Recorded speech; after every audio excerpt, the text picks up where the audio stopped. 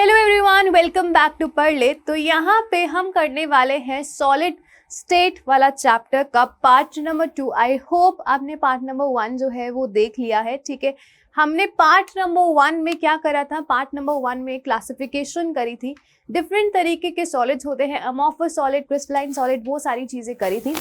अब जो पार्ट होंगे, जितना भी आपका सॉलिड स्टेट से क्वेश्चन पूछे जाते हैं, मेजॉरिटी ऑफ क्वेश्चन जो है वो यहाँ से पूछे जाएंगे। ठीक है, अब यहाँ से आपका ये चैप्टर बहुत ज़्यादा इंटरेस्टिंग हो जाएगा। पार्ट नंबर 1 में थोड़ा सा थियोरेटिकल पोर्शन था, बट पार्ट नंबर 2 से अब आपका थियोरेटिकल पोर्शन कम रहेगा, अंडरस्टैंडिंग पोर्शन ज़्यादा रहेगा। तो बहुत ही इंटरेस्टिंग ये चैप्टर है और कोशिश करूँगी कि आपका ये इंटरेस्ट बहुत अच्छे से मैं डेवलप कर पाऊँ। थोड़ा सा इमेजिनेशन यहाँ पे इन्वॉल्व रहेगा, तो अपना फोकस ना थोड़ा सा ज़्यादा रखना इस चैप्टर के ऊपर। ठीक है, तो चलिए स्टार्ट कर देते हैं। पार्ट नंबर 2 आज की क्लास में क्या क्या डिस्कस करने वाले हैं। तो आज की क्लास में एक तो सबसे पहले हम ये देखेंगे कि क्रिस्टल लैटिस को किस तरीके से फॉर्म करा जाता है। क्रिस्टल लैटिस हम ऑलरेडी डिस्कस कर चुके थे, but I will give you a quick recap of what crystal lattice was.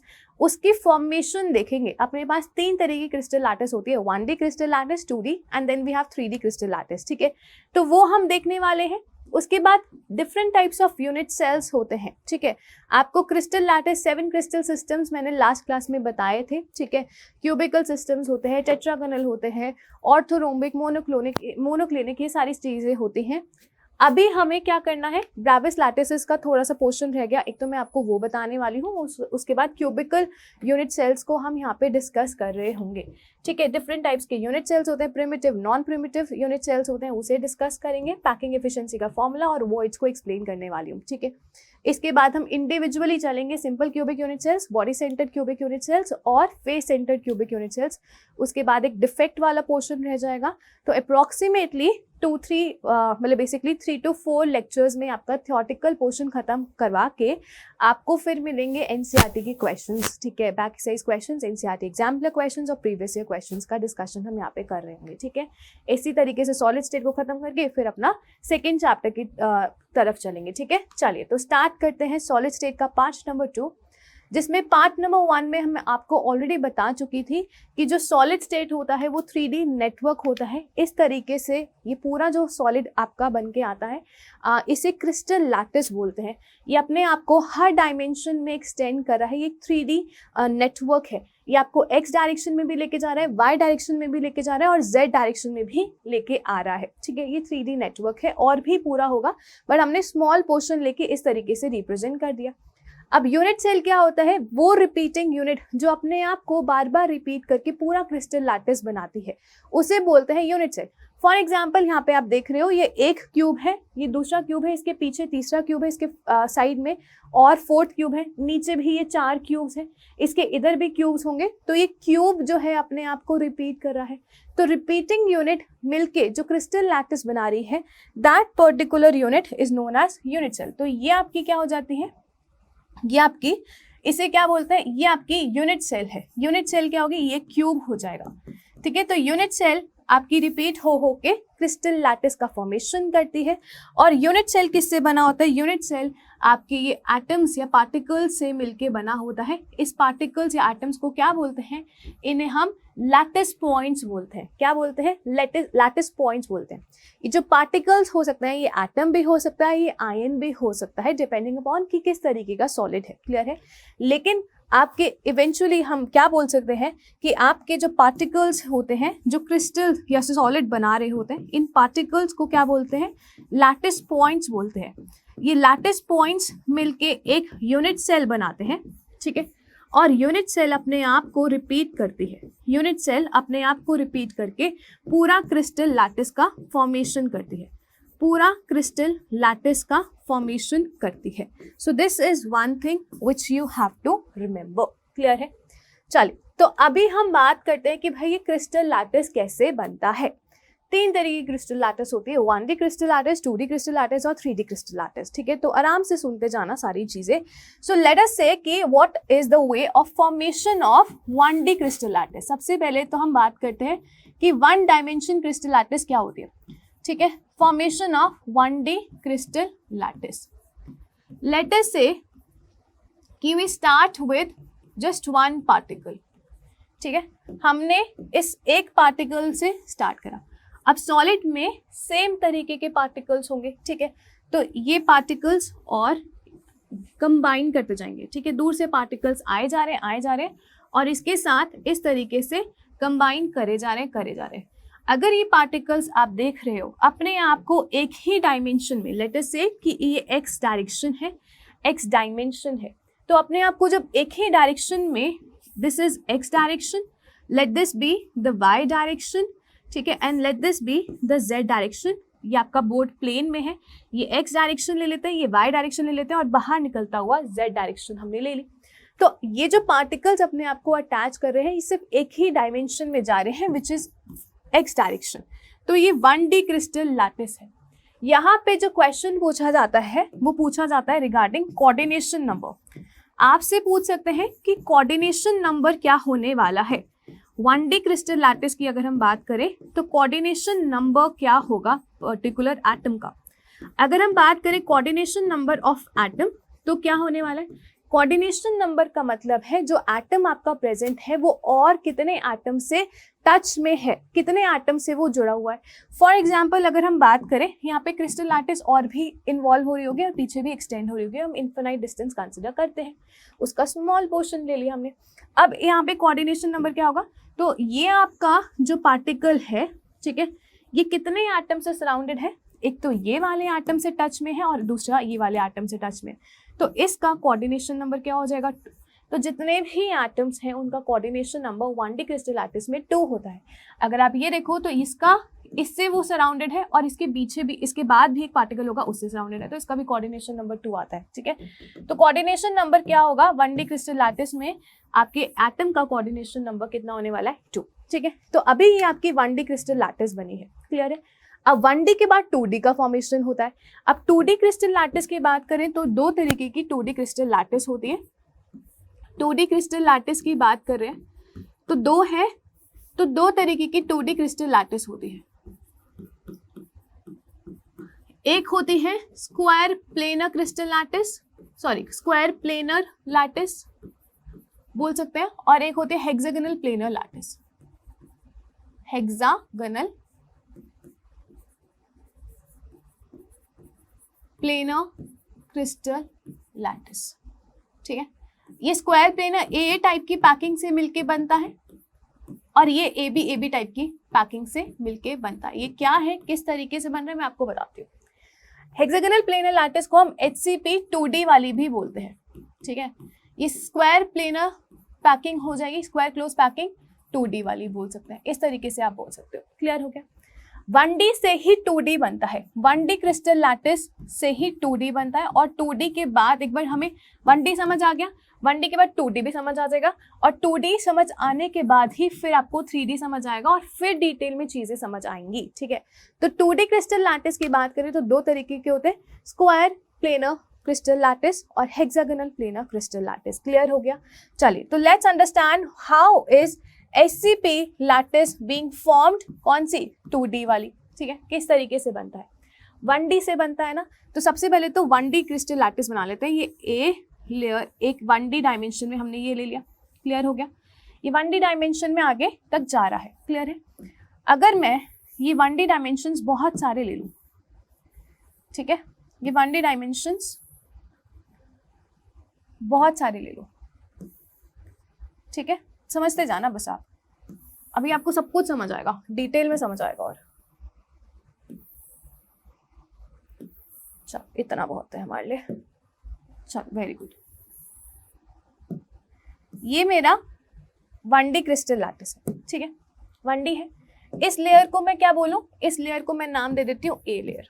ये फर्स्ट जो एटम है इसका सेंटर पॉइंट ये हो जाएगा, सेकेंड का सेंटर पॉइंट ये हो जाएगा, थर्ड एटम का सेंटर पॉइंट ये, फोर्थ का ये, and so on it continuous. अगर सेंटर पॉइंट के नीचे ही सेंटर पॉइंट आ रहा है, एक एटम के नीचे ही एटम लगा हुआ है, तो वो सेम लेयर बोली जाती है। एक एटम के थोड़ा सा खिसका के लगाया हुआ है एटम है, सेंटर पॉइंट चेंज हो गया तो वो डिफरेंट लेयर बन जाएगी। कहने का मतलब ये है कि इस पूरे को मैंने अगर ए नाम दे दिया तो ये जो 1D दूसरा वाला 1D लेयर है वो अब अपने आप को इस तरीके से लगा सकता है। अब पहले एटम सिर्फ इसी डायरेक्शन में जा रहे थे, पहले एटम सिर्फ इसी डायरेक्शन में जा रहे थे, एक्स डायरेक्शन में, अब देख रहे हो नीचे भी जा रहे हैं, तो ये हो गया ना 2D। पहले सिर्फ इसी डायरेक्शन में मूव कर रहे थे और अब नीचे भी जा रहे हैं, तो हो गया ना 2D लेयर। तो 2D क्रिस्टल लैटिस में इस तरीके से, एक तरीके से आपकी 1D कंबाइन कर सकती है। अब ये एटम का सेंटर यहाँ पे आ जाएगा, एटम के नीचे एटम लगा हुआ है तो ये भी ए लेयर है। ऐसे ही इसको उठा के रखाओ, एटम के नीचे ही एटम्स लगाने हैं, तो ये भी क्या हो जाएगी ए लेयर। एटम के नीचे ही एटम लगाने हैं, तो ये भी क्या हो जाएगी a layer. So this is your A type की लेयर, क्योंकि एटम के सेंटर पॉइंट के नीचे ही एटम लगा हुआ है and it continues infinite distance तक हम इसको लेके चलते हैं। तो ये वाली जो क्रिस्टल लैटिस है इसका नाम है square planar crystal lattice. Square planar crystal lattice क्यों है? अच्छा, यूनिट सेल हम कैसे बनाते हैं? यूनिट सेल हम एटम के सेंटर पॉइंट्स ले लेते हैं, एटम के सेंटर्स को ज्वाइन करके यूनिट सेल का फॉर्मेशन करते हैं, ठीक है। फिर देखते हैं कि कौन सी रिपीटिंग यूनिट है और किस तरीके से क्रिस्टल लैटिस बन रहा है। तो अगर मैं बोलूं कि ये वाला मेरा एटम है, इसका सेंटर पॉइंट ये है, इसका एटम का सेंटर पॉइंट ये सेंटर पॉइंट्स है, इस तरीके से मैंने सेंटर पॉइंट्स बनाए हैं, ठीक है। इस तरीके से मैंने ये सेंटर पॉइंट्स बना दिए। क्लियर हो रहा है सबको? अब देखो इन सेंटर पॉइंट्स को जब आप ज्वाइन करोगे तो किस तरीके से बनेगा, ये आपका सेंटर पॉइंट को ज्वाइन करके ये एक यूनिट सेल है। और देखो यही रिपीट करिए हर डायमेंशन में, ये इधर भी जाएगी, ये अपने आप को अब रिपीट करती जाएगी। तो सिंस यूनिट सेल अगर आप देख रहे हो तो यहाँ पे स्क्वायर प्लेनर स्ट्रक्चर बनता है ना, इस तरीके से स्क्वायर प्लेनर स्ट्रक्चर बनता जा रहा है। तो इसलिए यूनिट सेल जो रिपीट कर रही है वो स्क्वायर प्लेनर है, तो इसलिए इसका नाम क्या है, square planar crystal lattice. Square planar crystal lattice, जहाँ पे जो यूनिट सेल है, ये जो यूनिट सेल है वो कौन सी है, स्क्वायर प्लेनर यूनिट सेल है। यूनिट सेल आप एटम्स के सेंटर पॉइंट्स को ज्वाइन करके बनाते हैं, एटम्स के सेंटर पॉइंट को ज्वाइन करके आप ये जोड़ते जाते हैं, तो स्क्वायर प्लेनर यूनिट लैटिस है ये, ठीक है। This is your square planar unit lattice, और सिर्फ 2 डायमेंशन में। समझ आ रही है बात? Okay, if I talk about the coordination number, तो कोऑर्डिनेशन नंबर कैसे देखेंगे, कोई भी एक एटम पकड़ लो, लेट अस से कि ये एक एटम हमने पकड़ लिया, ठीक है। ये एटम कितने एटम से सराउंडेड है, वो ही तो उसका क्या है, कोऑर्डिनेशन नंबर। ये एटम कितने एटम से सराउंडेड है, यही उसका क्या है, coordination number. So this is the particular atom which is surrounded by 4 more atoms। कौन कौन से एटम से टच है, टचिंग में होने चाहिए। सराउंड तो ये भी कर रहा है, बट ये वाला एटम जो है इसको टच नहीं कर रहा है, तो टचिंग एटम्स होने चाहिए, ठीक है। क्या होने चाहिए, टचिंग एटम्स होने चाहिए। तो इसको टच करने वाला एक तो ये वाला एटम हो जाएगा, समझ आ रही है बात। इसको टच करने वाला एक तो ये वाला एटम हो जाएगा, पिंक एटम को टच करने वाला एक ये वाला एटम हो जाएगा, और एक ये वाला एटम हो जाएगा। तो हर एक एटम का अगर आप देखोगे स्क्वायर प्लेनर यूनिट सेल के अंदर, इसका कोऑर्डिनेशन नंबर कितना आने वाला है, तो इसका कोऑर्डिनेशन नंबर 4 आने वाला है। क्लियर हो गया? तो स्क्वायर प्लेनर क्रिस्टल लैटिस ए टाइप की पैकिंग से बनता है, और यहाँ पे कोऑर्डिनेशन नंबर क्या होता है, एक पर्टिकुलर एटम का, in this particular system the atom का कोऑर्डिनेशन नंबर इज 4, और आपकी स्क्वायर यूनिट जो है यहाँ पे रिपीट हो रही है। I hope it's very clear, ठीक है। Okay, let's talk about another layer. Suppose करो ये हमारी क्या है, ए लेयर, ठीक है। दूसरे तरीके से अब क्रिस्टल लैटिस का कैसे फॉर्मेशन हो सकता है, यहाँ पे अगर इसका सेंटर एटम ये ले ले, इसका सेंटर एटम ये ले ले, ये ले ले, तो इसको हम बोल देते हैं लेटर से कि ए लेयर है। या तो जो सेकंड आपकी लेयर आएगी, एटम के नीचे एटम आएगी, या तो इस तरीके से पैकिंग हो सकती है, या फिर क्या हो सकती है, 2 एटम्स के बीच में एक एटम चला जाएगा। समझ आ रही है बात, 2 एटम्स के बीच में एक एटम चला जाएगा। सो 2 एटम्स के बीच में एक एटम, 2 एटम्स के बीच में, 2 एटम्स के बीच में एक एटम, इन दोनों एटम्स के बीच में एक एटम, इस तरीके से हो सकती है। अब शिफ्टिंग हो गई ना, फर्स्ट एटम का जो सेंटर पॉइंट था ये था, सेकेंड एटम का सेंटर पॉइंट ये हो गया। जब शिफ्ट हो गया तो उसका डिफरेंट नेम हो जाएगा, इसका नाम क्या हो जाएगा, लेट अस से कि ये अब आपका शिफ्टेड है, तो इसे हम सेंटर शिफ्ट हो गया, तो ये क्या हो जाएगी, बी लेयर हो जाएगी। ये क्या हो जाएगी, बी लेयर हो जाएगी, ठीक है। इसके बाद अब देखो हमारा एम क्या है, 2 एटम्स के बीच में एटम रखना है, तो ये भी क्या होगा, 2 एटम्स के बीच में एक एटम रख दिया, 2 एटम्स के बीच में एक एटम रख दिया। लेकिन जो ऊपर वाला जो सेंटर एटम है इसी के नीचे अब आपका इसका सेंटर एटम हो जाएगा। समझ आ रही है बात? इसके नीचे आपका ये वाला सेंटर पॉइंट हो जाएगा। तो सेंटर पॉइंट, इसको थोड़ा सा इधर खिसका लेना, कोई प्रॉब्लम नहीं है, बता ही देती हूँ उनको टू अवॉइड कंफ्यूजन। दो एटम्स के बीच में हमने एटम रखा इस तरीके से, है ना, एग्जैक्टली स्फेरिकल सेम साइज के होंगे। तो आप देखो इसका जो सेंटर पॉइंट है और इसका सेंटर पॉइंट सेम आ जाएगा, तो ये ए लेयर हो जाएगी। इसका सेंटर पॉइंट, इसका सेंटर पॉइंट सेम, तो सेंटर पॉइंट के नीचे सेंटर पॉइंट आ गया, तो ये ए लेयर हो गई। और एम क्या है, दो एटम्स के बीच में ही एक एटम रखा हुआ है। क्लियर है? फिर से देखो, अभी देखो, अगर आप देखो ये वाली लेयर कैसे रखोगे, दो एटम्स के बीच में एक एटम रखा हुआ है, ठीक है। तो इसका सेंटर पॉइंट ये वाला है और नीचे वाले का सेंटर पॉइंट ये वाला है। तो ये किससे मैच करिए, इससे मैच करिए, तो ये बी लेयर हो जाएगी। तो ये ए बी टाइप की जो पैकिंग बन के आई है, इसे क्या बोलेंगे, हेक्सागोनल रिपीटिंग यूनिट बोलेंगे, हेक्सागोनल क्लोज पैकिंग बोलेंगे, क्योंकि जो रिपीटिंग यूनिट है, जो यूनिट सेल है, उसकी शेप क्या है, हेक्सागन। यहाँ पे यूनिट सेल कैसे बनाते हैं, यूनिट सेल आप एटम्स के सेंटर पॉइंट्स को कंबाइन करके बनाते हैं। रिमेंबर, एटम के सेंटर पॉइंट को कंबाइन करके बनाते हैं। तो एटम का सेंटर पॉइंट हम ये वाला ले लें, इसका सेंटर पॉइंट ये, इसका सेंटर पॉइंट ये। Let me show it you to you with a different colour, है ना, तो ज्यादा अच्छे से क्लियर हो जाएगा। चलो,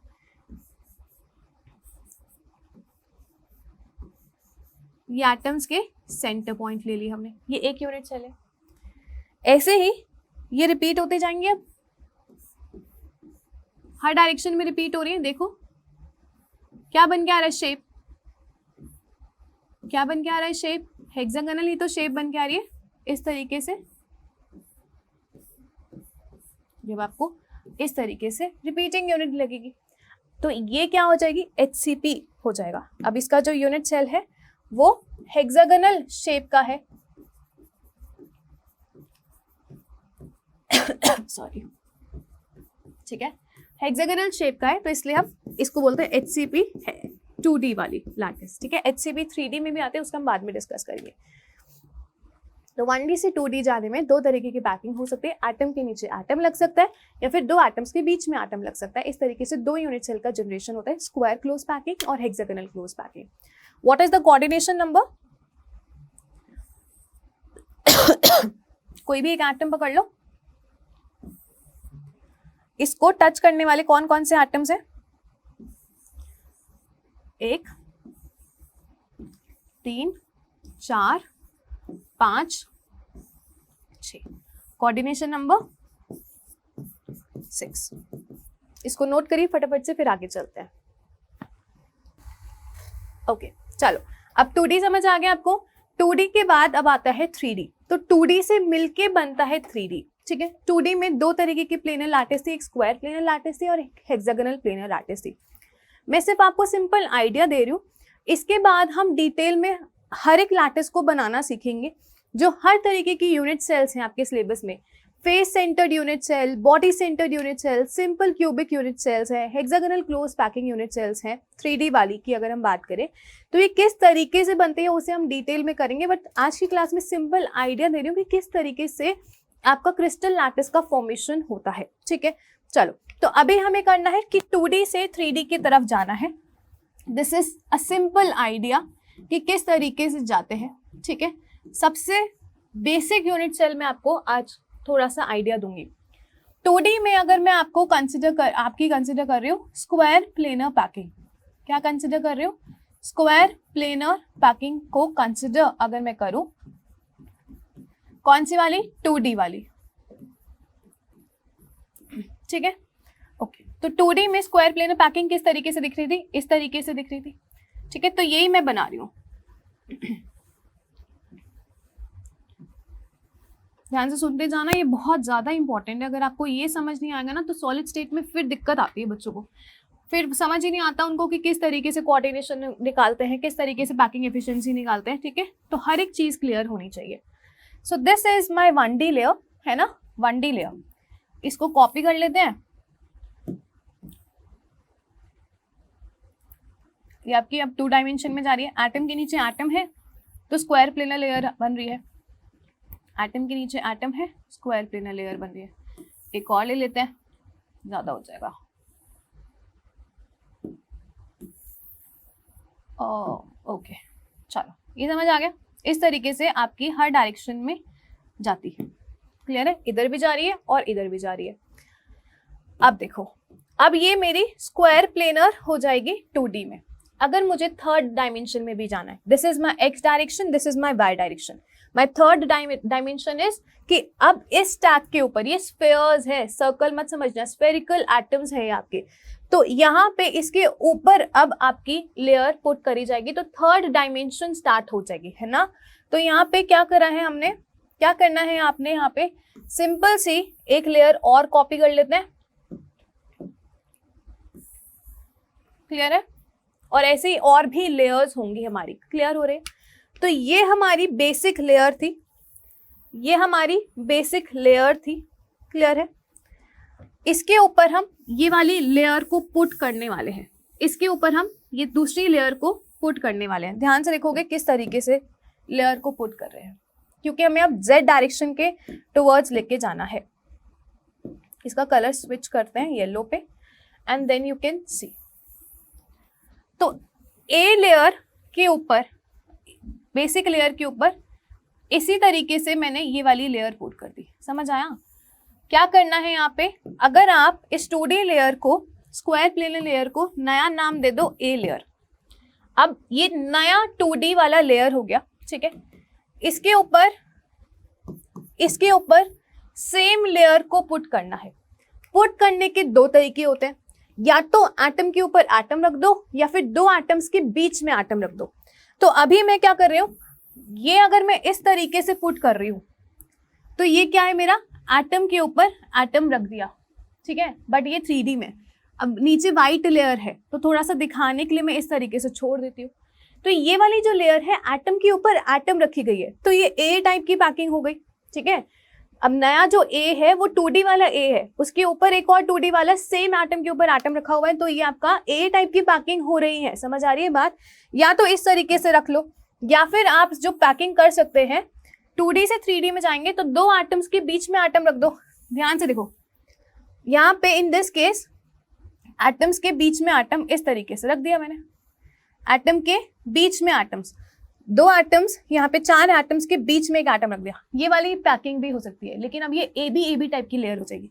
अगर एटम के ऊपर एटम रखा तो ये ए टाइप की पैकिंग हो गई, अगर एटम्स के बीच में एटम रखा तो ये ए बी टाइप की पैकिंग हो रही है। फिर से देखो, एटम के ऊपर एटम रख दिया तो ए टाइप की पैकिंग, एटम्स के बीच में एटम रख दिया, नीचे वाली बेस लेयर के एटम्स के बीच में आपने एटम रख दिया तो ये ए बी टाइप की पैकिंग होती जाएगी, ठीक है। अभी फिलहाल के लिए मैं आपको ए टाइप की पैकिंग बता रही हूँ, तो ये एक्चुअली में ब्लू जो नीचे वाइट लेयर के एटम्स हैं उसके ऊपर ही हम ये रख रहे हैं। थोड़ा सा वाइट एटम्स भी मुझे दिखाने, तो मैं एग्जैक्टली आपको नीचे नहीं रख के दिखा रही हूँ, थोड़ा सा शिफ्ट करके दिखा रही हूँ। This is my layer on it, ठीक है। तो अब ये थर्ड डायमेंशन भी स्टार्ट हो गया, इसके ऊपर और तो थर्ड डायमेंशन स्टार्ट हो गया। क्लियर हो गई बात। अभी मैंने आपको बताया जो भी हमारी यूनिट सेल बनती है, यूनिट सेल बनाने के लिए हम एटम्स के सेंटर लेते हैं, एटम्स के सेंटर पॉइंट्स को ज्वाइन करते हैं, सेंटर पॉइंट्स को ज्वाइन करके हम क्या बनाते हैं, यूनिट सेल का फॉर्मेशन बनाते हैं, ठीक है। मैं यहाँ से 4 एटम्स ले रही हूँ, ध्यान से देखते जाना। मैं नीचे वाले कोई भी 4 एटम सपोज करो, नीचे वाले जो आपके एटम्स हैं वाइट कलर के, उनके सेंटर पॉइंट्स ये ले लेती हूँ। ये नीचे वाले 4 एटम्स के सेंटर पॉइंट्स हो गए, समझ आ रही है बात, ठीक है। इसको थोड़ा सा और अलग दिखाते हैं। नीचे वाले 4 एटम्स के सेंटर पॉइंट्स इस तरीके से ले लिए,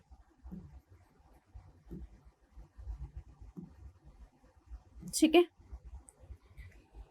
अब इसके ऊपर जो येलो लेयर है उसके सेंटर पॉइंट्स भी देखो किस तरीके से ले रही हूँ। एक्चुअली में बस दिखाने के लिए मुझे शिफ्ट करके दिखाना पड़ेगा, एक्चुअली में सेंटर पॉइंट इसके ऊपर ही आना चाहिए, बट थोड़ा सा शिफ्ट करके दिखा रही हूँ क्योंकि फिर आपको इमेजिनेशन नहीं हो पाएगी, ठीक है। तो एक्चुअली में जो ऊपर ए लेयर बनाई है उसका सेंटर पॉइंट ये ले लेते हैं, लेकिन ये वाइट सेंटर एटम के जस्ट ऊपर ही होगा, ठीक है, जस्ट ऊपर ही होगा। ऐसे ही इसका सेंटर एटम ये ले लो, नीचे वाले वाइट एटम के सेंटर के ऊपर होगा, ऐसे ही ये वाला ले लो। ये मैंने सेंटर पॉइंट्स ले लिए, ठीक है। अब इन सेंटर पॉइंट्स को जब आप ज्वाइन करोगे, देख रहे हो किस तरीके से यूनिट सेल बन के आ रही है और कौन सी यूनिट सेल बन के आ रही है। क्या बन के आ रहा है? एक क्यूब बन के आ रहा है। क्या बन के आया? एक क्यूब बन के आया। दिख रहा है? नहीं दिख रहा तो ध्यान से देखो। इन सेंटर पॉइंट्स को जब हमने ज्वाइन करा तो क्या बन के आया? एक क्यूब बन के आया। ये पीछे के 4 एटम्स, देखो पीछे के 4 एटम्स मतलब नीचे वाली बेस लेयर के 4 एटम्स, नीचे वाली बेस लेयर के 4 एटम्स इस तरीके से हैं और ऊपर वाले लेयर के 4 एटम्स इस तरीके से। तो क्या बन के आया आपका? एक क्यूब ही तो बन के आया। तो जब ए टाइप की पैकिंग इस तरीके से हुई है तो ये यूनिट सेल फिर अपने आप को हर जगह रिपीट करेगी। ये यूनिट सेल अपने आप को इस तरीके से हर जगह रिपीट करने वाली है। और यहाँ पे इसी तरीके का यूनिट सेल इनिशियली मैंने आपको दिखाया था। इसी तरीके का यूनिट सेल्स मैंने आपको दिखाया था। बहुत मुश्किल होता है इमेजिन करना, ठीक है, बट कोशिश करो कि हो जाए, है ना। हर जगह ये अपने आप को रिपीट कर रहा है and so on it continues.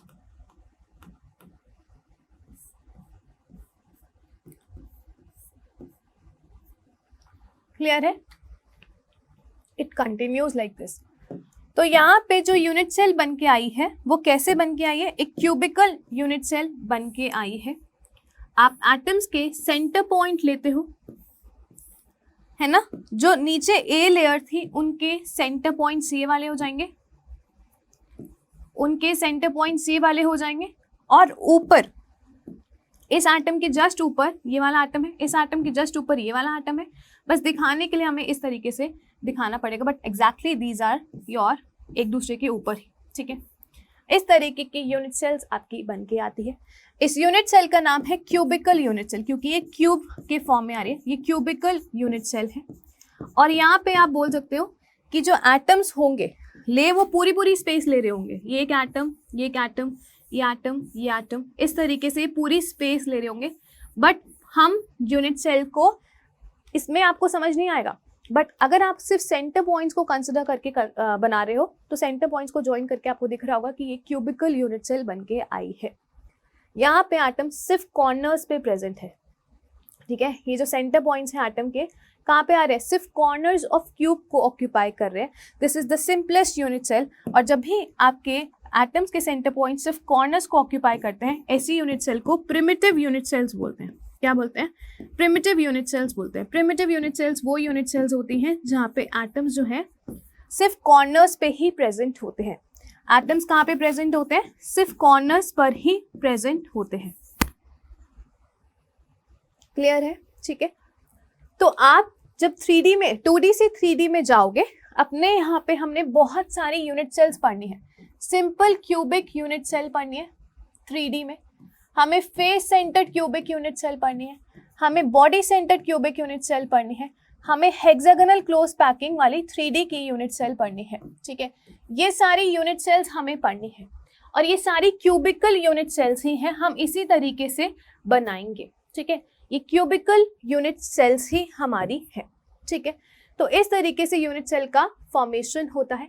ये आपकी फर्स्ट लेयर है जहाँ पे एक एटम पहले एक ही डायमेंशन में जाता है। ये 1D क्रिस्टल लैटिस है, मैं आपको समझा चुकी हूँ, ठीक है।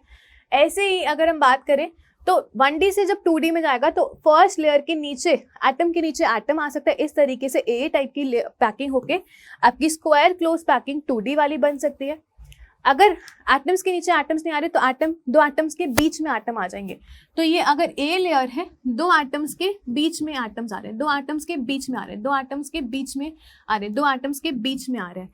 तो इस तरीके से अब ए बी टाइप की लेयर आके हेक्सागोनल क्लोज पैकिंग 2D वाली बना देगा, ठीक है। इसके बाद 3 डायमेंशन में आपकी ये आपकी 2D की स्क्वायर प्लेनर पैकिंग है, ठीक है। ऐसे ही इसके ऊपर आएगा, एटम के पीछे एटम है। तो इस तरीके से आपका क्या बन के आता है? क्यूबिकल यूनिट सेल बन के आता है। यूनिट सेल्स जो आपके सिलेबस में है वो क्यूबिकल यूनिट सेल्स हैं।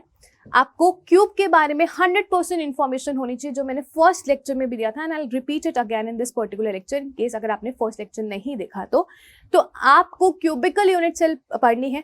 क्यूबिकल यूनिट सेल अगर आपको पढ़नी है तो उसके बारे में 100% इंफॉर्मेशन होनी चाहिए। क्यूब क्या होता है, क्यूब में कितनी डायमेंशंस होती हैं, कितने एजेस होते हैं, कितने फेस सेंटर्स होते हैं, कितने डायगोनल्स होते हैं, ये पता होना चाहिए, क्योंकि एटम्स कहाँ कहाँ प्रेजेंट होंगे वो हमारे लिए इंफॉर्मेटिव होता है। उसी की हेल्प से हम total number of atoms in per unit cell निकाल सकते हैं, उसी की हेल्प से हम पैकिंग एफिशिएंसी निकाल सकते हैं, उसी की हेल्प से हम कोऑर्डिनेशन नंबर निकाल सकते हैं। तो क्यूब के बारे में 100% इन्फॉर्मेशन आपके पास होनी चाहिए। सो आई रिपीट इट अगैन। एक क्यूब की अगर हम बात करें तो हमारे पास 8 कॉर्नर्स होते हैं। कॉर्नर्स क्या होते हैं? Corners are these particular points. ये कॉर्नर्स हो गए क्यूब के, ठीक है। ये 4 कॉर्नर्स नीचे और 5, 6, 7, 8 कॉर्नर्स ये आपके हो गए ऊपर, ठीक है। एजेस कितने हो गए? 12 एजेस होते हैं। कैसे? 1, 2, 3, 4, 5, 6, 7, 8, 9, 10, 11, 12 एजेस हो गए। क्लियर? फेसेस कितने हो गए? 6 फेसेस।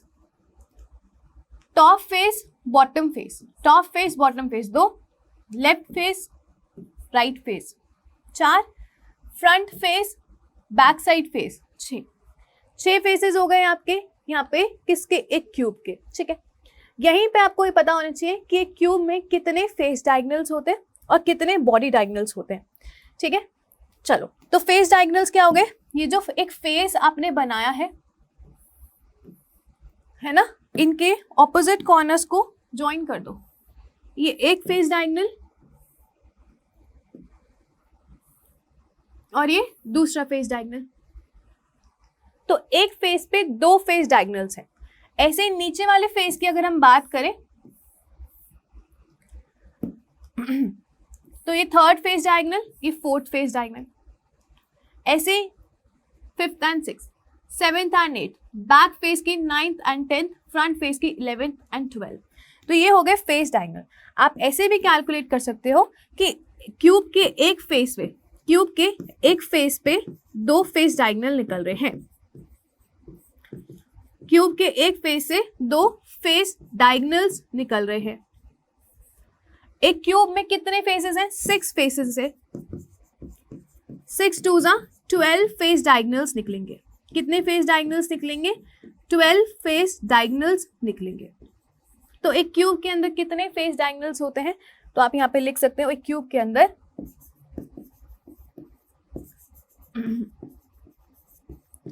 कितने होंगे? 12 फेस डायगोनल्स होंगे। आई hope it's very clear. Okay, इसके बाद बॉडी डायगोनल्स भी आपको पता होना चाहिए और बॉडी सेंटर भी पता होना चाहिए, ठीक है। So if I am talking about body diagonals, तो बॉडी डायगोनल्स देखो क्या होता है, इसी में बता रही हूँ आपको। बॉडी डायगोनल्स क्या होते हैं और किस तरीके से निकाले जाते हैं। बॉडी डायगोनल्स निकालने के लिए आप बैक साइड के 4 पॉइंट्स ले लो। ये बैक फेस है, ठीक है, ये बैक फेस है, क्लियर। ऐसे ही 4 पॉइंट्स फ्रंट फेस के ले लो। ये आपका फ्रंट फेस है, ठीक है। अब बॉडी डायगोनल कैसे बनता है? बैक साइड का अगर आप टॉप लेफ्ट पॉइंट ले रहे हो, बॉडी डायगोनल बनाने के लिए फ्रंट फेस का बॉटम राइट पॉइंट लेना पड़ेगा, ऑपोजिट लेना पड़ता है। बैक साइड का टॉप लेफ्ट पॉइंट लिया है तो फ्रंट साइड का बॉटम राइट पॉइंट लेना पड़ेगा। इन दोनों को ज्वाइन कर दो तो ये आपका बॉडी डायगोनल बन गया। दिख गया क्यूब का बॉडी डायगोनल। एक बॉडी डायगोनल ये हो गया। कितने टोटल? 4 बॉडी डायगोनल्स होते हैं। देखो कैसे बनाओगे। अगर आपने बैक साइड का टॉप लेफ्ट पॉइंट लिया, टॉप राइट पॉइंट लिया है, तो फ्रंट फेस का बॉटम लेफ्ट पॉइंट लेना पड़ेगा और इनको ज्वाइन करो और इनको ज्वाइन करो, है ना। तो ये दूसरा बॉडी डायगोनल बन गया। 2 बॉडी डायगोनल्स जहां पे कट करते हैं वो क्या होता है? ये बॉडी सेंटर मिलता है। जहां पे 2 बॉडी डायगोनल कट करेंगे तो बॉडी सेंटर मिलेगा। तो ये जो ग्रीन एटम बनाया है, this is the body centre of the cube. तो ऐसे आपकी क्यूब के अंदर बॉडी सेंटर कितने, बॉडी डायगोनल्स कितने हो गए? 4। मैं आपको सारे दिखा रही हूँ। बॉडी डायगोनल्स कितने हो गए? 4। लेकिन क्यूब के अंदर बॉडी सेंटर कितना होगा? एक ही होगा, और वो पॉइंट जहाँ पे बॉडी डायगोनल्स कट कर रहे हैं एक दूसरे को। फेस सेंटर क्या होता है? जहाँ पे फेस डायगोनल्स कट कर रहे हैं वो फेस सेंटर होता है। अभी बताती हूँ, ठीक है। ये तो 2 हो गए बॉडी डायगोनल्स, क्लियर है? ऐसे ही देखो और कहाँ है, ये आप देखो, आपने फ्रंट फेस का टॉप लेफ्ट साइड लिया है तो बैक फेस का बॉटम राइट साइड लेना पड़ेगा. This is your third body diagonal, ये आपका थर्ड बॉडी डायगोनल है. ठीक है, ऐसे ही अगर आप देखो तो आपने क्या लेना है, फ्रंट साइड का टॉप राइट कॉर्नर लेना है तो बैक साइड का बॉटम लेफ्ट कॉर्नर लेना है. इसको ज्वाइन करो तो ये आपका बॉडी डायगोनल हो गया. तो इस तरीके से 4 बॉडी डायगोनल होते हैं, लेकिन बॉडी सेंटर आपका एक ही होता है जहाँ पे डायगोनल्स कट कर रहे होते हैं. फेस डायगोनल्स जहाँ पे कट कर रहे होते हैं तो ये क्या हो जाएगा, ये फेस सेंटर हो जाएगा. ये आपका फेस सेंटर है और ये क्या है आपका बॉडी सेंटर. ये पॉइंट जो है ये क्या है, बॉडी सेंटर. क्लियर है? सारी बातें क्लियर हो गई. तो क्यूब के बारे में ये सारी चीजें पता होनी चाहिए. और आपका जो क्यूबिकल यूनिट सेल होता है वहां पे जो एटम्स प्रेजेंट होते हैं वो कहाँ कहाँ प्रेजेंट हो सकते हैं, तो आपको ये पता होना चाहिए. In a cubical unit cell, in a cubical unit cell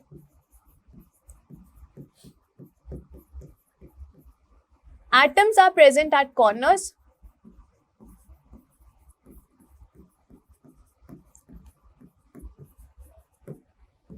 corners पे प्रेजेंट हो सकते हैं.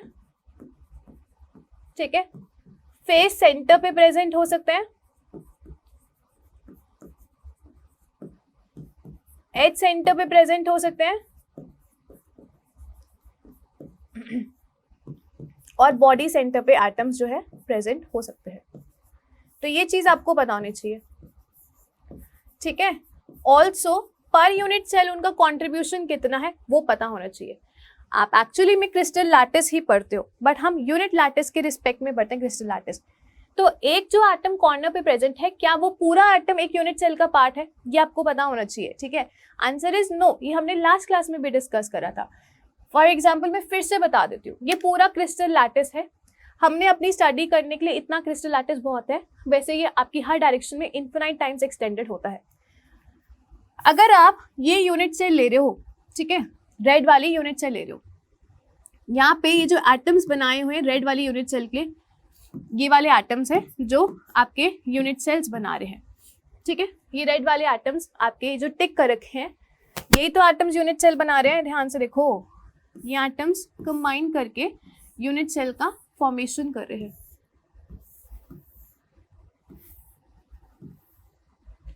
है ना, ये लो, कौन कौन से एटम्स कंबाइन करके यूनिट सेल का फॉर्मेशन कर रहे हैं, ये वाले 4 नीचे बेस ये वाले हो जाएंगे और 4 ऊपर कॉर्नर्स पे ये वाले प्रेजेंट है ना. इनको ही तो ज्वाइन करके बना रखा है आपका यूनिट सेल. तो one of the atom, if I am talking about this particular atom, क्या ये पूरा एटम जो है सिर्फ रेड वाली यूनिट सेल का पार्ट है? क्या ये पूरा एटम रेड वाली यूनिट सेल का पार्ट है? Answer is no. ये तो 8 यूनिट सेल्स में शेयर हो रहा है. कैसे? अगर कोई एटम कॉर्नर पे प्रेजेंट होता है तो वो 8 यूनिट सेल्स में शेयर होता है. एक तो ये रेड वाली यूनिट सेल हो गई, ठीक है, एक इसके साइड में ये वाली यूनिट सेल दिख रही होगी, ठीक है, एक इसके पीछे ये वाली यूनिट सेल दिख रही होगी, एक इसके पीछे ये वाली यूनिट सेल दिख रही होगी. ये एटम नीचे के 4 यूनिट सेल में इन्वॉल्व है और ऊपर के भी 4 यूनिट सेल्स में इन्वॉल्व है, ये वाली, ये वाली, ये वाली और ये वाली यूनिट सेल्स में. समझ आ रही है? नीचे के 4 यूनिट सेल्स कौन से है? एक नीचे वाला ये, ठीक है, मैं इसको बोलूंगी bottom, front, left, bottom, right,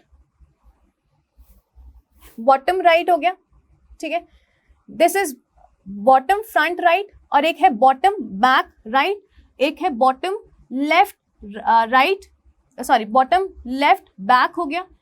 ऊपर इसके यूनिट सेल जो है, ये वाली जो यूनिट सेल है आपकी, ये क्या है? Top front right. ये क्या है? Top front left. इसके पीछे भी है टॉप बैक राइट और इसके पीछे भी है टॉप लेफ्ट बैक.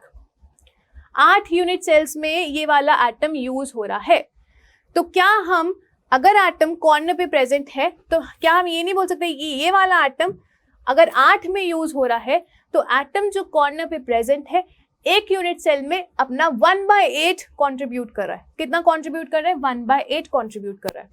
तो एटम्स अगर आपके कॉर्नर पे प्रेजेंट होते हैं तो पर यूनिट सेल उनका कंट्रीब्यूशन कितना रहता है, सिर्फ 1/8। और ये बहुत इंपॉर्टेंट है क्योंकि इसी से आप Z वैल्यू निकालते हो, इसी से पैकिंग एफिशिएंसी निकलती है। If the atom is present at a corner of a unit cell, तो that contributes 1/8 in particular one unit cell। ठीक है, अगर एटम फेस के सेंटर पे प्रेजेंट है, ठीक है, अगर एटम फेस के सेंटर पे प्रेजेंट है तो फेस सेंटर आप देखो, एटम फेस के सेंटर पे प्रेजेंट है, मैं आपको यहाँ पे दिखा देती हूँ, ये देखो एटम कॉर्नर पे प्रेजेंट है तो 8 यूनिट सेल्स में इन्वॉल्व है, 4 नीचे वाली 4 ऊपर वाली, तो पर यूनिट सेल 1/8 कॉन्ट्रीब्यूशन है। अगर एटम फेस के सेंटर पे इन्वॉल्व है तो एक फेस को 2 यूनिट सेल शेयर कर सकते हैं, तो इसका पर यूनिट सेल कॉन्ट्रीब्यूशन 1/8 हो जाएगा। अगर एटम इस फेस के सेंटर पे प्रेजेंट है तो ये जो फेस बनाया हुआ है, ये फेस किसका कॉमन फेस है, ये face is common to top front right unit cell and bottom front right unit cell. ये फेस इन दोनों के कॉमन में, एटम अगर प्रेजेंट होगा स्फेरिकल होगा तो आधा ऊपर होगा आधा नीचे होगा, तो फेस के सेंटर पे प्रेजेंट होता है तो पर यूनिट सेल इसका कॉन्ट्रीब्यूशन हाफ ही रहता है। और बॉडी के सेंटर पे प्रेजेंट होगा तो पूरा एटम एक यूनिट सेल में इन्वॉल्व हो रहा है, तो पर यूनिट सेल इसका कॉन्ट्रीब्यूशन 1 ही रहता है। समझ आई बात? तो ये आपको पता होना चाहिए, अगर एटम आपके बॉडी के सेंटर में है, फेस के सेंटर पे, तो उसका कंट्रीब्यूशन पर यूनिट सेल 1/2 रहता है। बॉडी के सेंटर पे है तो पूरा कंट्रीब्यूट करता है वो एटम, और एक एज के सेंटर में है तो एक एज को 4 यूनिट सेल शेयर करती है। ठीक है, एज मतलब ये वाला ले लेते हैं, ये जो एज है, ठीक है, इसको 4 यूनिट सेल्स कौन कौन सी शेयर करें, एक तो फ्रंट वाली, एक बैक वाली और ऊपर की 2 यूनिट सेल्स इस कॉमन एज को शेयर करिए। तो अगर एटम एज के सेंटर पे प्रेजेंट होता है तो पर यूनिट सेल इसका कंट्रीब्यूशन कितना रहता है, 1/4 का कंट्रीब्यूशन रहता है। तो एज सेंटर पे अगर एटम प्रेजेंट है तो इसका कंट्रीब्यूशन कितना रहता है, 1/4 का रहता है। लर्न करना है इसको, और आई होप समझ भी आ गया होगा। ठीक है, तो ये कंट्रीब्यूशन आपको पता होना चाहिए। अगर कंट्रीब्यूशन पता है तो आप Z वैल्यू निकाल सकते हैं और उसके हिसाब से आप पैकिंग एफिशिएंसी भी निकाल सकते हैं। ठीक है, अच्छा अभी यूनिट सेल हमने डिस्कस कर लिया। 3D में क्यूबिकल यूनिट सेल्स हमें पढ़नी होते हैं। यूनिट सेल्स को हम फर्दर 2 कैटेगरी में डिवाइड कर सकते हैं, प्रिमिटिव यूनिट सेल्स और एक नॉन प्रिमिटिव या फिर सेंटर्ड यूनिट सेल्स होती है। प्रिमिटिव यूनिट सेल्स वो यूनिट सेल्स होते हैं जहाँ पे एटम सिर्फ कॉर्नर पे प्रेजेंट होते हैं, जहाँ पे एटम सिर्फ कॉर्नर पे प्रेजेंट होते हैं। जैसे इस केस में एटम्स कॉर्नर पे प्रेजेंट है, जैसे सिंपल क्यूबिक यूनिट सेल, ये वही यूनिट सेल है जो AA टाइप की लेयर की पैकिंग से बना था। ठीक है, नॉन प्रिमिटिव यूनिट सेल्स में एटम्स जो है, ये एटम्स के सेंटर है, वो कहाँ पे प्रेजेंट होते हैं, वो आपके कहाँ प्रेजेंट होंगे, वो सिर्फ कॉर्नर्स के अलावा, सिर्फ कॉर्नर्स पे नहीं, कॉर्नर्स के अलावा कहीं और भी प्रेजेंट हो सकते हैं। For example if I am talking about face centred cubic unit cell, अभी हमें ये पढ़नी है, किस तरीके से पढ़ेंगे वो मैं आगे बताऊंगी। But what is face centred cubic unit cell? ये क्यूबिक यूनिट सेल है, ये तो हमें पता है ना, ये क्यूबिक यूनिट सेल है, ये तो हमें पता है। एटम्स कॉर्नर पे प्रेजेंट होंगे, ये भी हमें पता है ना, लेकिन एटम्स कॉर्नर्स के अलावा फेस के सेंटर पे भी प्रेजेंट होंगे, बैक फेस और ये फ्रंट फेस। तो एटम्स सिर्फ कॉर्नर्स पे ना रह के they are occupying all face centres too. तो ये क्या होगी, face centred cubic unit cell हो गई। नॉन प्रिमिटिव यूनिट सेल्स भी बोल सकते हो। ऐसे ही body centred cubic unit cells as the name suggest कि एटम सिर्फ कॉर्नर पे प्रेजेंट ना होके बॉडी के सेंटर पे भी प्रेजेंट होगा, इसलिए ये नॉन प्रिमिटिव है। क्योंकि सिर्फ कॉर्नर्स पे प्रेजेंट होते तो प्रिमिटिव होता, यहाँ पे कॉर्नर्स पे तो है ही बट बॉडी, एक बॉडी सेंटर है तो एटम एक बॉडी के सेंटर पे भी प्रेजेंट होगा, तो this is BCC unit cell. ठीक है, तो कॉर्नर्स के अलावा ऑल कॉर्नर्स तो ऑक्यूपाई कर ही रहे हैं, प्लस एक बॉडी सेंटर भी ऑक्यूपाई हो रहा है, तो ये body centred cubic unit cell होगी। ठीक है, ऐसे ही अगर हम बात करें, एक होती है end centred cubic unit cell. End centre cubic unit cell, ठीक है, एटम्स जो है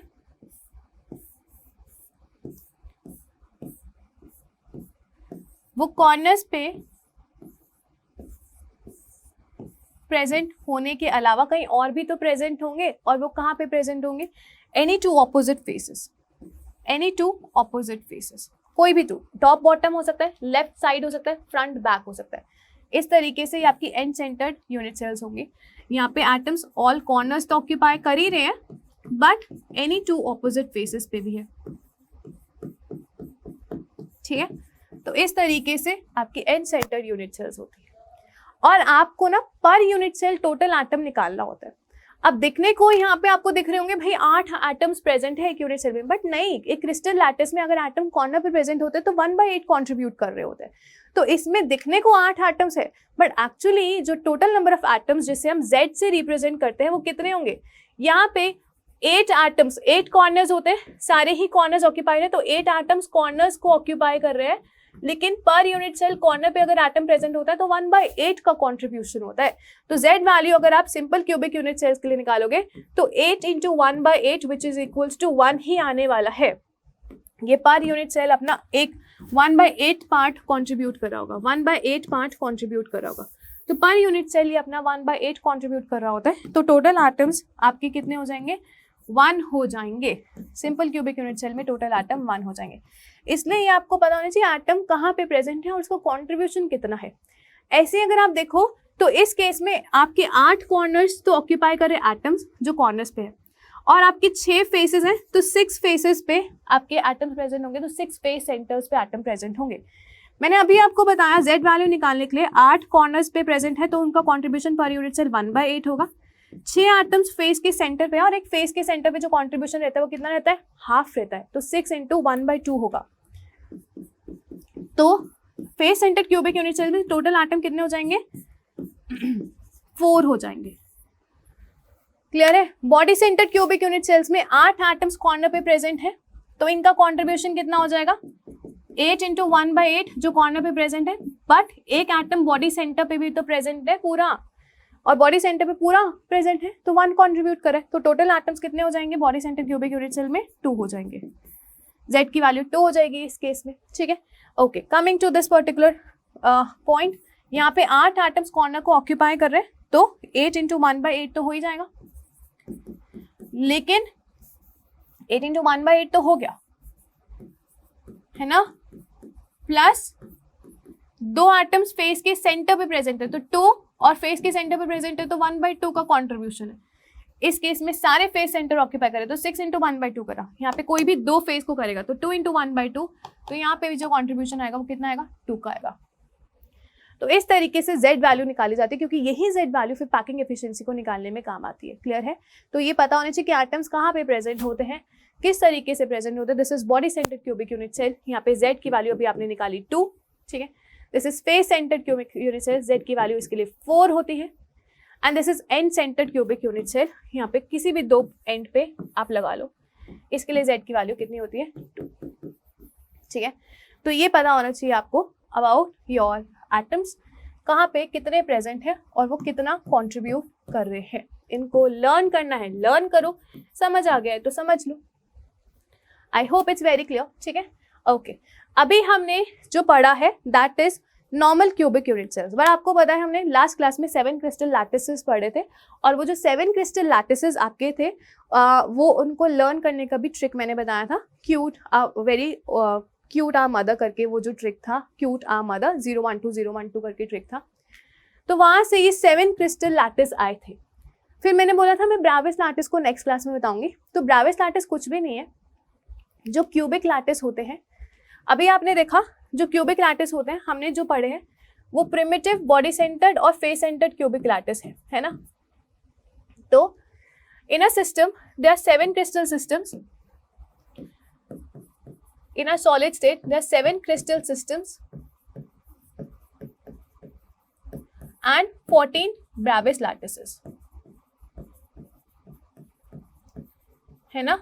ये लर्न करना है नंबर, बच्चे उल्टा कर देते हैं। 14 क्रिस्टल सिस्टम्स, 7 Bravais lattice। आपको क्लियर कट लर्न करना है 7 क्रिस्टल सिस्टम्स, 14 Bravais lattice होते हैं। तो क्यूबिक में आपके कौन कौन से एग्जिस्ट करते हैं? We have primitive, body centred, face centred.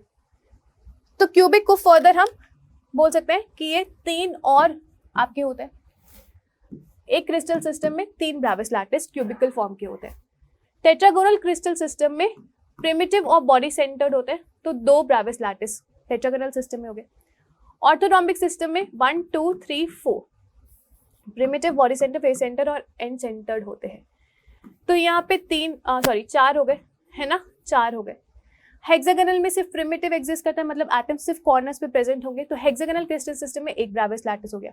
Rhombohedral जिसे हम ट्रायगोनल भी बोलते हैं, उसके अंदर 1 ही होता है, वो भी प्रिमिटिव फॉर्म में, ठीक है। प्रिमिटिव फॉर्म का मतलब ये है कि अगर आप बोल रहे हो रोम्बोहेड्रल में क्या है, सिर्फ प्रिमिटिव यूनिट सेल है, तो एटम्स यहाँ पे सिर्फ कॉर्नर्स पे ही प्रेजेंट होंगे, ठीक है। अभी आप बोलोगे कि मैम आपने हमें तो वो बनाया था, आपने हमें वो करवाया था, एंड सेंटर्ड क्यूबिक में करवाया था, बट क्यूबिक में एंड सेंटर एग्जिस्ट नहीं करता है। वो मैंने एंड सेंटर एक्सप्लेन करा था कि एंड सेंटर का मतलब क्या होता है। एंड सेंटर किस में एग्जिस्ट करता है? ऑर्थोरॉम्बिक में। ऑर्थोरॉम्बिक मतलब ये वाला, एंड सेंटर मतलब कि ऑपोजिट, इसके नीचे भी फेस होगा, उस पे प्रेजेंट है और कॉर्नर्स पे प्रेजेंट है। तो क्यूबिक में बताया था, बट मीनिंग बताया था कि एंड सेंटर क्या होता है, ठीक है। तो समझ आ गई बात। तो क्यूबिक में ये 3 एग्जिस्ट करते हैं, कौन से? Primitive, body centre, face centre. इसके बाद आपका प्रिमिटिव और बॉडी सेंटर टेट्रागोनल में एग्जिस्ट करते हैं, ये दोनों है। फिर आपका ऑर्थोरॉम्बिक में ये 4 एग्जिस्ट करते हैं, क्लियर है। मोनोक्लिनिक में आपके ये 2 एग्जिस्ट करते हैं, ट्राइक्लिनिक में 1 एग्जिस्ट करता है, रोम्बोहेड्रल में 1 एग्जिस्ट करता है और हेक्सागोनल लैटिस में 1 एग्जिस्ट करता है। तो इन सब का सम जब करोगे ना, ये 2 और ये 1, इन सब का सम करोगे तो वो कितना आएगा? 14 आएगा। तो ये 14 ब्रेविस लैटिस होता है। एनीवेज इनको लर्न नहीं करना है, बट मैं आपको एक्सप्लेन कर चुकी कि ये आपके सब कुछ मिलके ब्रेविस लैटिस होते हैं। आई hope it's very clear. Please इसको नोट कर लीजिए, फिर आगे चलेंगे। ओके, चलो अभी हमें डिस्कस करना है वॉइड वाला पोर्शन। बहुत इंपॉर्टेंट पोर्शन है, इसको हम यूज करेंगे। जितना भी आज करवाया ना, ये सब आपको यूज करना मैं सिखाऊंगी, ठीक है। किस तरीके से हमें यूज करना है वो सारी चीजें मैं आपको बताऊंगी, बट उसको हम नेक्स्ट क्लास में करेंगे। अभी सिर्फ सुनते जाओ, ठीक है। वॉइड का मतलब क्या होता है? वॉइड का मतलब होता है खाली स्पेस, एम्प्टीनेस, ठीक है। फॉर एग्जाम्पल, अगर आपका ब्रेकअप हो गया तो वो जो दिल में खाली खाली जो स्पेस बचता है उसे हम क्या बोलते हैं? वो जो एम्प्टीनेस फीलिंग होती है उसे हम वॉइड बोलते हैं, कि वॉइड बन रहा है दिल में, ठीक है। तो खाली स्पेस को क्या बोलेंगे? कि एम्प्टीनेस, जहाँ पे चीजें खाली हैं उसे वॉइड बोलते हैं। Coming back to the topic solid state, तो सॉलिड में भी जब पैकिंग होती है तो कहीं ना कहीं स्पेस बच जाती है, उसे वॉइड बोलते हैं, क्लियर है। फॉर एग्जाम्पल, अगर आपने देखा ये आपकी 1D लेयर बन रही थी, है ना, ये आपकी क्या बन रही थी? 1D layer. इस तरीके से एटम्स अपने आप आगे जा रहे थे। अब यहाँ पे तो वॉइड आपको नहीं दिख रहा होगा, बट हाँ, अगर मैं 1D से 2D लेयर पे जाऊंगी तो आप क्या बोलोगे? कि यहाँ पे आपके एटम्स प्रेजेंट नहीं है, इस पोर्शन में एटम्स प्रेजेंट नहीं है, ये खाली स्पेस है। ये जो खाली स्पेस है इसे ही क्या बोलते हैं? इसे ही हम वॉइड बोलते हैं। ये खाली स्पेस क्या है? वॉइड है।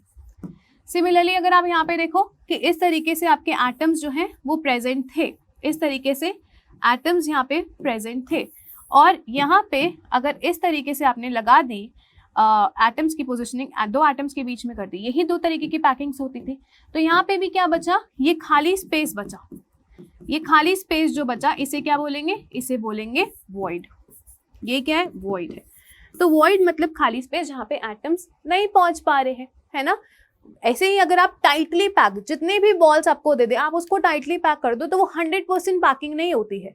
पैकिंग में कुछ स्पेस बच जाता है, ठीक है। हाँ, बहुत छोटे छोटे पार्टिकल्स को करोगे तो 100% पैकिंग हो सकती है, हम उसकी बात नहीं कर रहे हैं। हम बात कर रहे हैं कि एटम्स आपके हैं और वो जब पैकिंग हो रही है तो खाली स्पेस बचता है पूरे सॉलिड लैटिस में, जिसे हम बोलते हैं वॉइड, ठीक है। 2D में 2 तरीके के वॉइड्स होते हैं, 1D में तो वॉइड्स एग्जिस्ट करते ही नहीं है। 2D लैटिस में 2 तरीके के वॉइड्स होते हैं, ठीक है।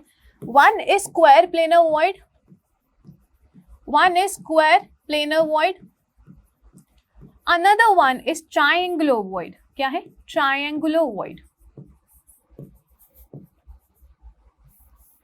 triangular void, क्लियर है।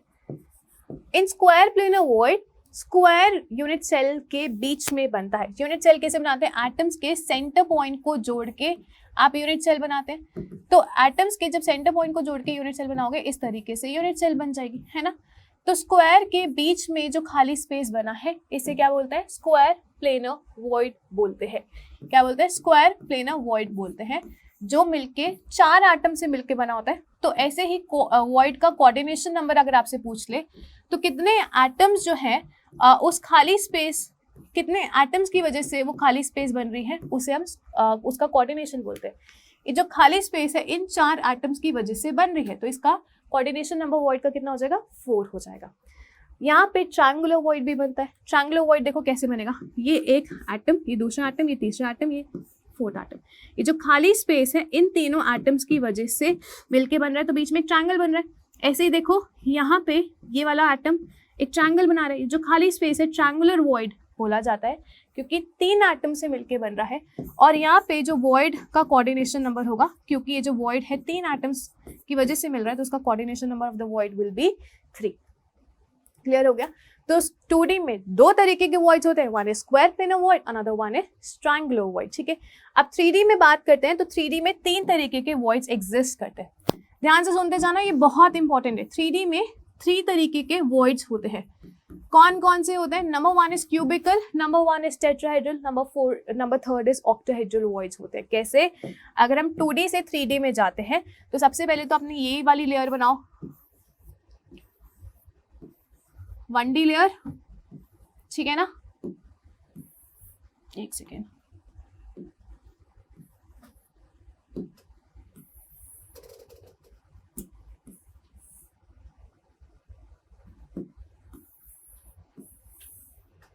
एटम्स के नीचे एटम्स रख रही हूँ, ये 2D लेयर हो गई।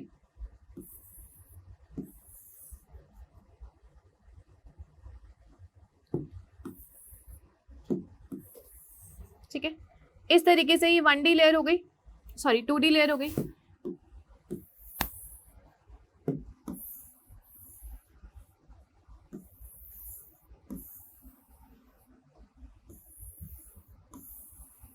ठीक है, अभी मैं आपको करके दिखा रही हूँ सारी चीजें।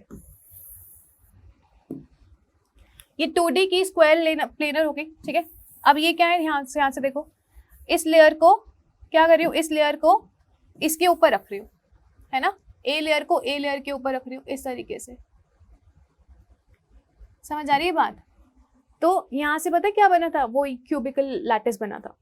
तो यहाँ पे देखो वॉइड कैसे बनेगा, मैं कोई भी 4 एटम्स पकड़ लेती हूँ, ये नीचे के बेस एटम्स 4 ले लिए, ठीक है, ये 4 बेस एटम्स ले लिए, नीचे ज्वाइन कर लिए, इनके सेंटर पॉइंट्स ये वाले, इनके सेंटर पॉइंट्स ये वाले मैंने ज्वाइन कर लिए। ठीक है, अब इसके ऊपर ए लेयर है,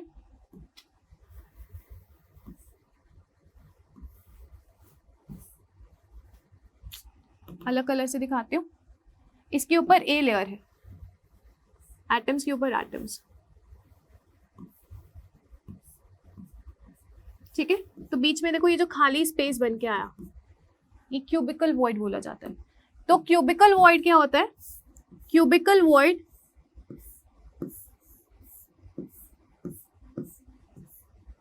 ये बेस पे जो एटम्स प्रेजेंट हैं और टॉप फ्रंट में जो एटम्स प्रेजेंट हैं, इनकी वजह से बीच में ये जो खाली स्पेस बन के आएगा। एटम्स अपनी स्पेस ऑक्यूपाई कर रहे हैं, यहाँ पे एटम्स अपनी स्पेस ऑक्यूपाई कर रहे हैं, बट स्टिल बीच में क्या रह जाएगा, एक खाली जगह रह जाएगी। ये जो खाली जगह ऑरेंज कलर की बना रखी है, जिसे मैं व्हाइट कलर कर देती हूँ, जो खाली स्पेस बन के आएगी, ये क्या है? यही तो क्यूबिकल वॉइड है।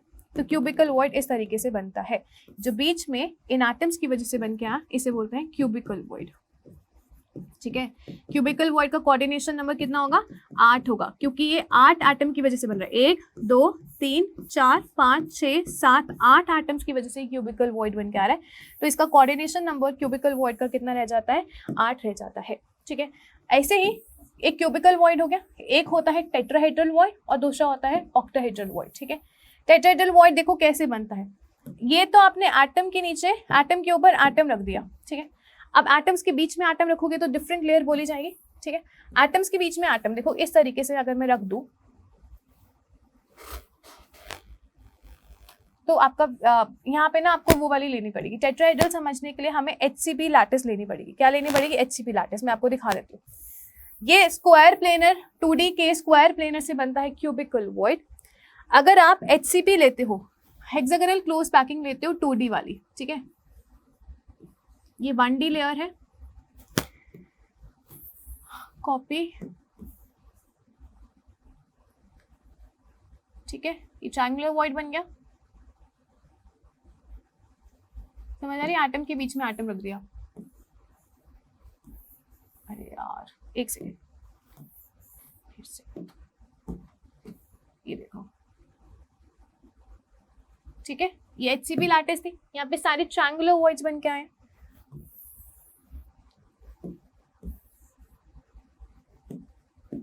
अब देखो क्या करना है, एटम के ऊपर एटम रखना है। अगर मैं इसको खिसकाऊं और एटम्स के बीच में एटम रख दूं, समझ आ रही है बात? तो एक तो आप ये देखो, ये वाला वॉइड, कौन सा वाला वॉइड, ये वाले वॉइड पे फोकस करो। ये वाला वॉइड क्या होगा, टेट्राहेड्रल वॉइड। जब 3 एटम्स के ऊपर एक एटम है, ठीक है, ये 3 एटम्स हैं, उसके ऊपर एक एटम है, ये क्या है, टेट्राहेड्रल वॉइड। ठीक है, एक तो ये तरीके का वॉइड बनता है जब 3 एटम्स के ऊपर एक एटम रखा होता है, ये सारे क्या है, टेट्राहेड्रल वॉइड। ये भी क्या है, टेट्राहेड्रल वॉइड। दिख रहा है, एटम के ऊपर एटम, टेट्राहेड्रल वॉइड। कैसे टेट्राहेड्रल वॉइड है, ध्यान से देखो, एटम्स के सेंटर को ज्वाइन करो। ये जो बेस के 3 एटम्स हैं उनको मैं इस तरीके से दिखा दूं, बेस के 3 एटम्स इस तरीके से दिखा दूं, इस तरीके से दिखा दिया। अब इसके ऊपर एक एटम रखा हुआ है, ये वाला, और इन तीनों के बीच में आपका वॉइड बनेगा। तो ये जो शेप आपकी बन के आई है, ये क्या बन के आई है, टेट्राहेड्रल। तो बीच में जो खाली स्पेस है ये क्या है, टेट्राहेड्रल वॉइड ही तो है। So this is your tetrahedral void. तो ये जो ग्रीन वाले बना रखे टेट्राहेड्रल वॉइड है। ऐसे ही ऑक्टाहेड्रल वॉइड होता है। ऑक्टाहेड्रल का शेप मतलब इस तरीके से दिखता है। ऑक्टाहेड्रल जो शेप बनाते हो इस तरीके से बनाते हो ना, ऊपर एक एटम, ये बीच में वॉइड खाली जो स्पेस होगा, इसे ऑक्टाहेड्रल वॉइड बोलेंगे, और ये पार्टिकल्स प्रेजेंट है। अब ये जो पार्टिकल्स हैं इस तरीके से भी आप दिखा सकते हो, ये पार्टिकल और ये पार्टिकल ट्रायंगल फॉर्म में, एक सीधा ट्रायंगल और उल्टा ट्रायंगल, ये पार्टिकल उल्टा फॉर्म में, बीच में क्या बन रहा है, ऑक्टाहेड्रल वॉइड।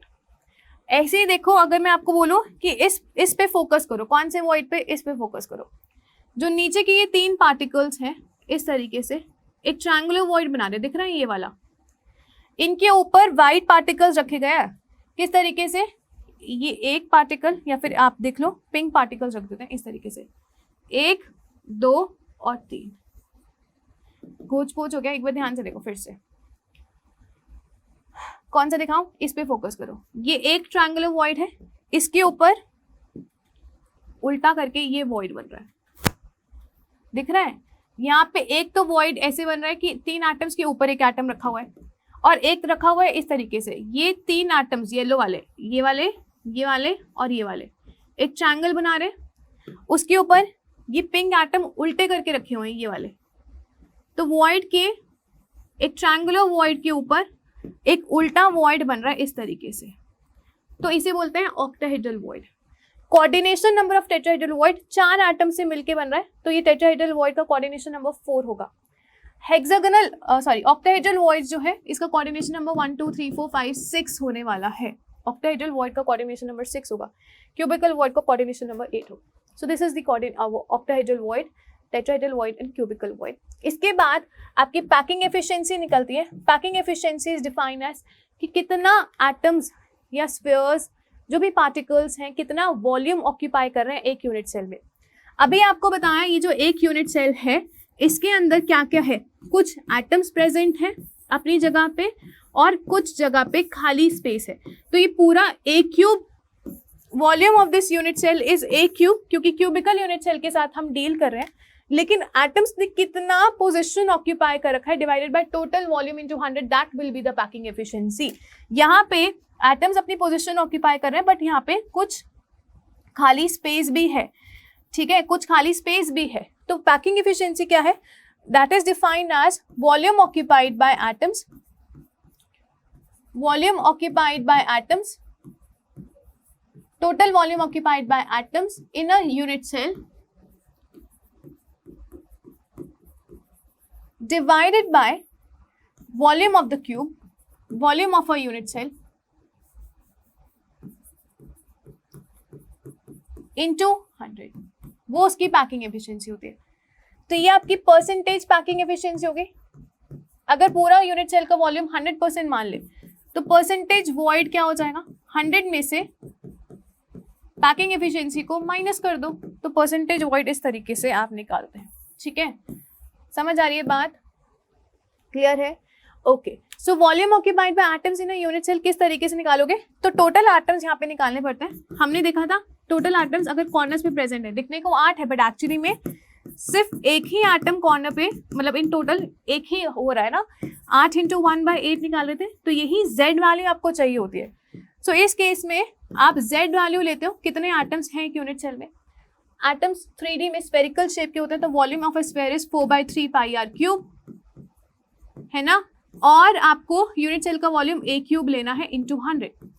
z की वैल्यू आप हर एक यूनिट सेल के लिए निकाल सकते हो। सिंपल क्यूबिक यूनिट सेल के लिए z की वैल्यू 1 है, फेस सेंटर के लिए 4 है, BCC के लिए 2 है, ये आप जानते हो। अभी हमें क्या करना है, a और r के बीच का रिलेशनशिप निकालना होता है। तो उसके लिए आपको यूनिट सेल किस तरीके से फॉर्मेशन है, सिंपल क्यूबिक यूनिट सेल किस तरीके से बनती है, या face centre cubic unit cell किस तरीके से बनती है, ये सारी चीजें पता होनी चाहिए, बट वो हम नेक्स्ट क्लास में डिटेल में करेंगे। कोई भी क्वेश्चन अगर यूनिट सेल से आएगा तो वो कौन कौन से क्वेश्चन आ सकते हैं कि उसकी जो यूनिट सेल बन के आया है वो कैसी पैकिंग से बन के आया, इसके ऊपर क्वेश्चंस आ सकते हैं। यूनिट सेल के ऊपर यूनिट सेल से पैकिंग एफिशिएंसी कैसे निकालते हैं, यूनिट सेल जब SEC क्रिस्टल लैटिस रिपीट कर रही है तो उसकी पैकिंग एफिशिएंसी के ऊपर क्वेश्चंस आ सकते हैं। यहीं से आप परसेंटेज वॉइड के ऊपर क्वेश्चंस पूछ सकते हो, कितने वॉइड्स हैं और कौन कौन से, कितने नंबर भी बताना है और कौन कौन से, ये भी क्वेश्चन आ सकता है।